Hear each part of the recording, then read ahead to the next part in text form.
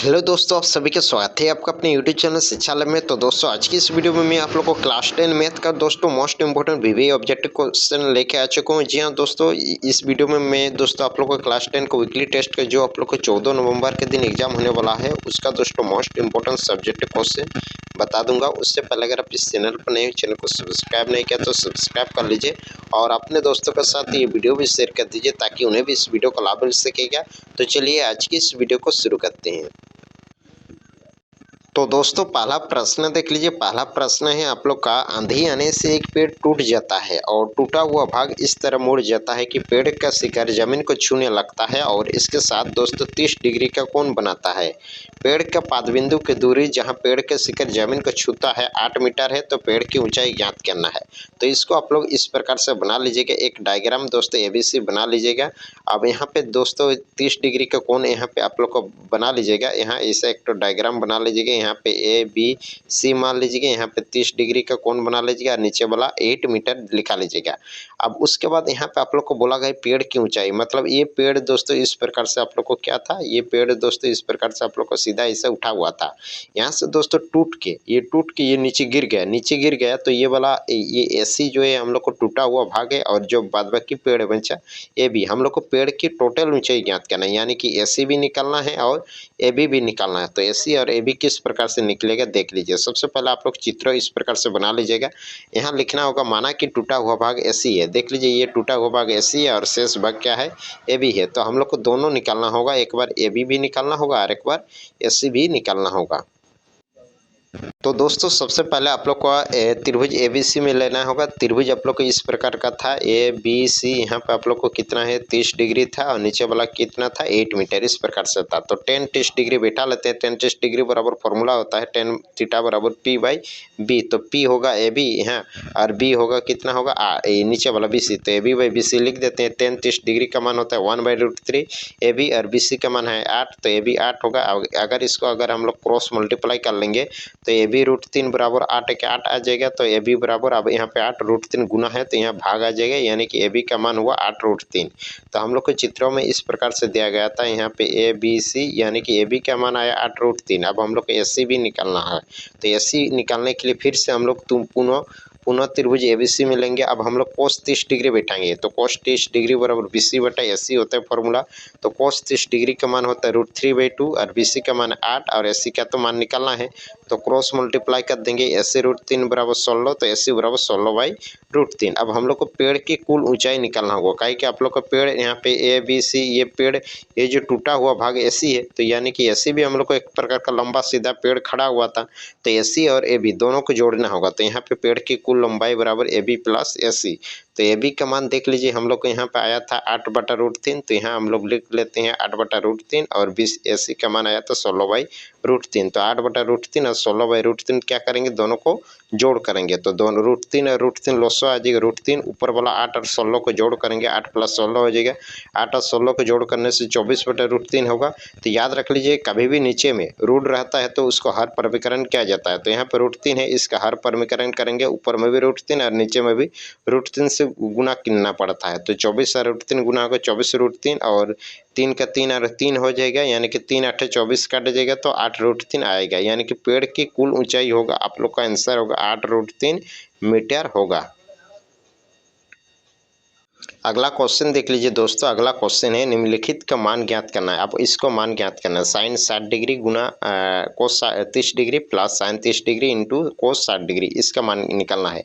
तो sign 60 degree का मान होता है √3/2 और इसका पहले हम लोग मान बैठा लेंगे। कोस 30 का भी मान होता है √3/2 और साइन 30 का मान होता है 1/2 और कोस 60 का मान होता है 1/2। अब इसको हम लोग को क्या करेंगे, गुना करेंगे। √3 यहाँ पे 2 बार है, यानी कि √3/2 का स्क्वायर कर लेंगे। यहाँ पर भी 2 बार है तो 1/2 का स्क्वायर कर लेंगे।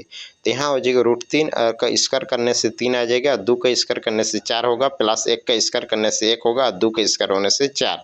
अब इसको बट्टा वाला जोड़ कर लेंगे। ऊपर में क्या होगा, 3 + 1 3 + 1, नीचे 4 और 4 का लसो लेंगे तो 4 आ जाएगा। 3 और 1 जोड़ होगा तो 4, यानी कि 4 के 4 काटेगा तो इसका आंसर होगा 1।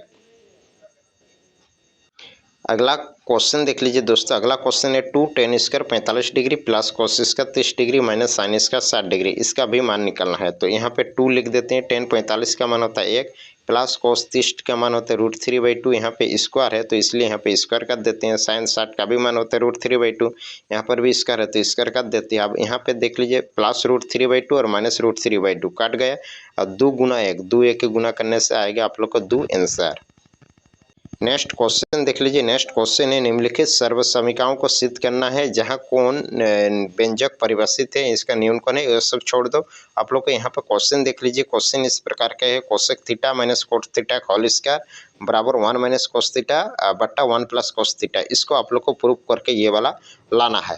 तो हम लोग दोस्तों एलएचएस से प्रूव करके आरएचएस लाएंगे। तो एलएचएस इधर वाला है तो cosec theta minus cot theta के स्क्वायर कर देते हैं।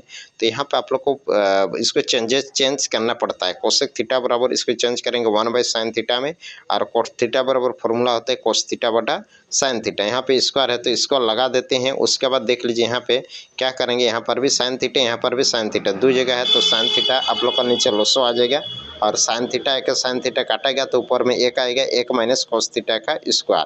तो अब यहाँ पे देख लीजिए आप लोग का 1 माइनस कोस थीटा का स्क्वायर है, स्क्वायर मैंने 2 बार होता है तो 1 माइनस कोस थीटा और 1 माइनस कोस थीटा 2 बार लिख देंगे। अब यहाँ पे एक तो फॉर्मूला है साइन इसका थीटा, यानी कि साइन इसका थीटा बराबर फॉर्मूला होता है 1 माइनस कोस का थीटा, तो यहाँ पे लिख देंगे 1 माइनस कोस का थीटा।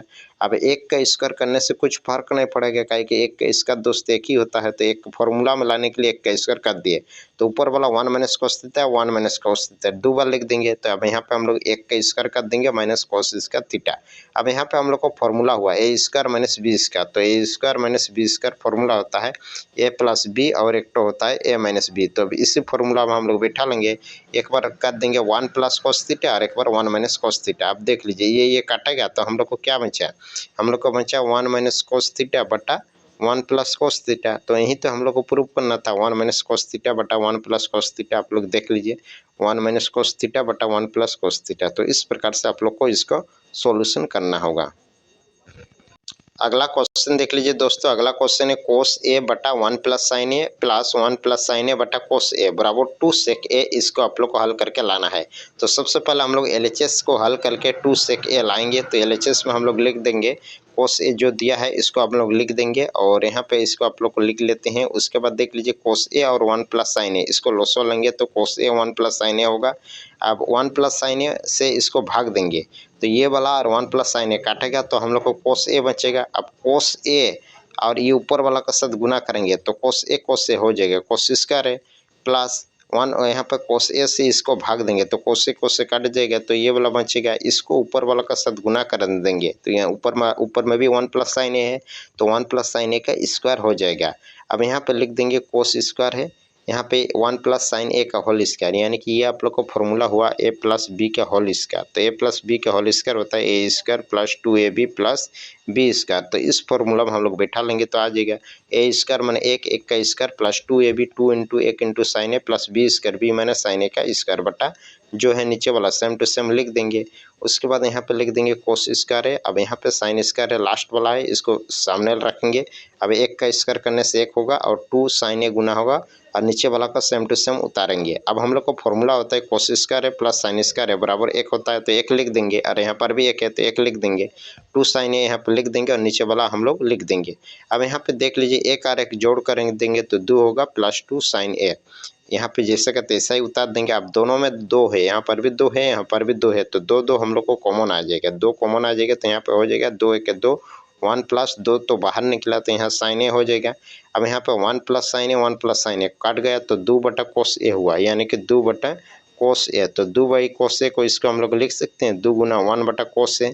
तो 2 गुना 1 बटा कोस ए बराबर फॉर्मूला होता है सेक ए, तो 2 सेक ए। तो यही हम लोग को प्रूव करना था 2 सेक ए। तो इसको आप लोग इस प्रकार से बना लीजिएगा।